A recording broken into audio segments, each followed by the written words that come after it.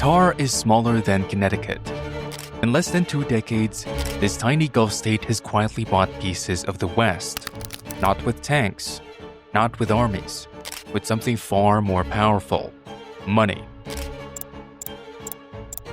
Luxury brands, skyscrapers, universities, football clubs, even the think tank shaping Western policy, all backed by a government that never faced an election. This isn't a conspiracy. It's a strategy, and it worked. Today, Qatar isn't just an energy superpower. It's a landlord of the London skyline, a partner in European banks, a patron of America's elite universities, and the owner of a global media empire. So the question isn't whether Qatar bought a seat at the table. It's what did the West trade away for the money? This is the story of how a country with fewer people than most US cities built influence bigger than borders. And it begins, like all modern empires, with gas. Qatar, 1971. A British protectorate becomes independent. Tiny, vulnerable, surrounded by giants, no real army, no global voice. Its neighbors, Saudi Arabia, Iran, the UAE, dwarf it in every category. Geography is a curse. But beneath the sand lies the North Field, the largest natural gas reserve on Earth. While others chased oil, Qatar bet on liquefied natural gas. In the 1980s and 90s, it poured billions into LNG infrastructure when few believed in it. Reckless, but visionary. By the 2000s, the gamble paid off. Qatar became the LNG superpower of the world. GDP per capita, number 1. But the Altani family understood. Wealth doesn't guarantee survival. The Gulf is a chessboard where pawns vanish overnight. The answer wasn't tanks or nukes. It was influence. Buy it, build it, embed yourself so deep in Western systems that removing you tears the whole structure down. The playbook was set. Leverage LNG billions to buy protection, prestige, and control over the narrative. London, Paris, New York. If power had a skyline, Qatar wanted its name on it. In 2005, the Qatar Investment Authority opened its vaults. Harrods, bought. The Shard, bought. Canary Wharf, stake secured. Heathrow Airport, partial control. This wasn't about property. It was leverage. Heathrow isn't just an airport, it's Britain's lifeline. The Shard isn't just glass, it's a symbol. Then Paris, hotels, boutiques, stakes in energy giant Total. Across the Atlantic, Manhattan real estate, major banks, blue-chip corporations. Volkswagen, Siemens, Shell, Barclays. By 2020, QIA's portfolio topped $450 billion. Each deal a thread weaving Qatar into the Western economy. When your money props up European banks in a crisis, you're no longer a guest. You're essential. Western leaders smiled for photo ops, but behind closed doors, they knew. Every Qatari investment was a pressure point. Buying buildings was just a start. To win hearts, Qatar turned to culture, and nothing moves emotion like sport. In 2011, Qatar Sports Investment bought Paris Saint-Germain. Overnight, a middling club became a global juggernaut. Messi, Neymar, Mbappe. Their jerseys weren't just sportwear. They were soft power. But the masterstroke came earlier. FIFA's 2010 bombshell, Qatar would host the 2022 World Cup in its capital Doha. 8 stadiums rose from the desert. Entire cities re-engineered. The cost? Over $200 billion. The most expensive World Cup in history. The goal wasn't profit. It was power. The World Cup is the ultimate soft power event. Labor abuses triggered outrage. Journalists counted thousands of migrant deaths. Yet when the games began, scandals disappeared under the fireworks. Qatar rewrote the narrative, from pariah to global host. Meanwhile, Al Jazeera amplified Doha's voice worldwide. In English, it looked like CNN. In Arabic, a different tune, shaping opinion at home and abroad. Al Jazeera wasn't just a TV network, it was a weapon. Launched in 1996, fully state-funded, it broke every rule in Arab media. It criticized monarchies. It amplified revolutions. When the Arab Spring erupted, Al Jazeera framed the narrative.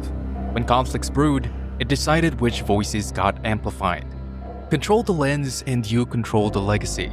Qatar understood that early, and it wasn't stopping there. The next frontier? Education.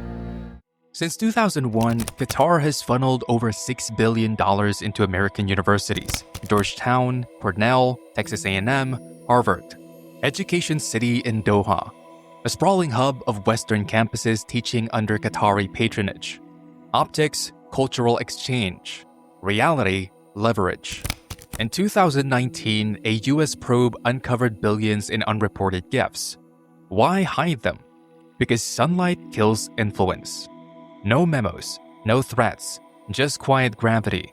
Professors self-censor. Critical speakers cancelled. Agendas bend slowly like metal under heat. Thousands of graduates, future diplomats, CEOs, policymakers, shaped by institutions funded by Doha. What begins as a donation ends as a worldview. Influence doesn't shout, it hums. Qatar built an ecosystem of that hum. Middle East studies programs softened criticism. Discussions on Islamist ties vanished. Students noticed missing debates. Faculty adjusted priorities. Then think tanks. The Brookings Institution, one of Washington's most trusted names, took nearly $15 million from Doha. Soon, white papers praised Qatar as a stabilizer. Panels echoed the same tone. PR firms shaped headlines. Lobbyists greased policy wheels. Retired generals signed consulting deals. Journalists got access on Qatar's terms. No smoky rooms. No envelopes of cash. Just policy music rewritten so slowly, no one noticed the tune had changed. Then came Qatar Gate. December 2022, Belgian police raid Brussels apartments. Inside, 600,000 euros in cash. Bags stuffed with euros. The suspects? European lawmakers accused of defending Qatar for a price. At the center, Eva Kaili, Vice President of the European Parliament. Days before, she called Qatar a labor rights leader. Her words now sounded bought. Photos of seized cash splashed across headlines. For a moment, the illusion cracked. But only for a moment. Scandals burn bright, then fade. Qatar's real power wasn't in those bags, it was in decades of investment that can't be seized. Universities, banks, media, think tanks. You can confiscate cash. You can't confiscate a narrative. Security. Geography is Qatar's curse. Tiny, exposed, sitting on a resource jackpot. Owning pieces of Heathrow, Volkswagen, and Barclays means any threat to Qatar is a threat to someone else's economy. That's insurance. Prestige, Harrods, the Shard, ESG, the World Cup. These aren't trophies. They're armor. They project relevance and inevitability.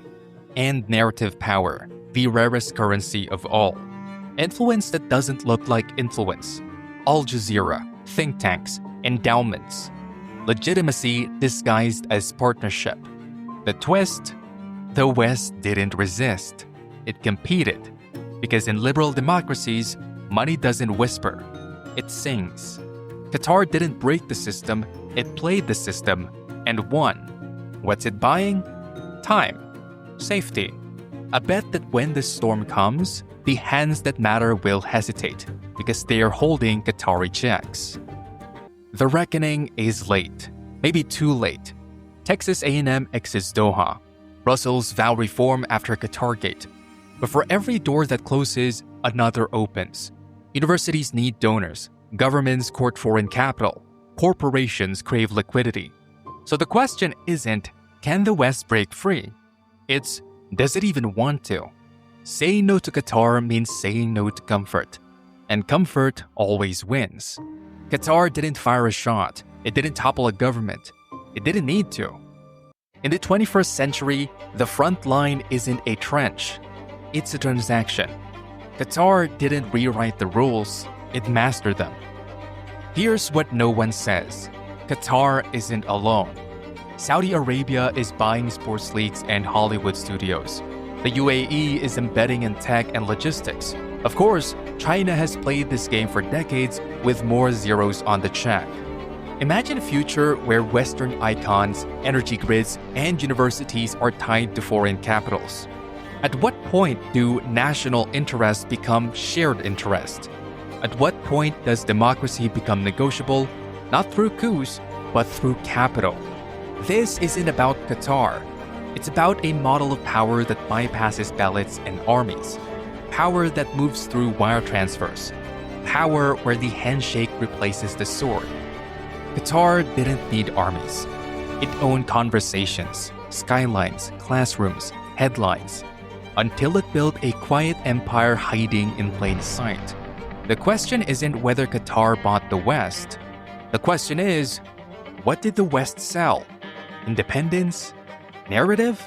Or just our illusion of control? And here's the hardest truth. The auction isn't over. Others are bidding. And the next empire won't arrive with tanks, it'll arrive with contracts. This is Bedlam Bear. Subscribe if you want to know the names and nations shaping your world long before the headlines do, because the next story is already waiting.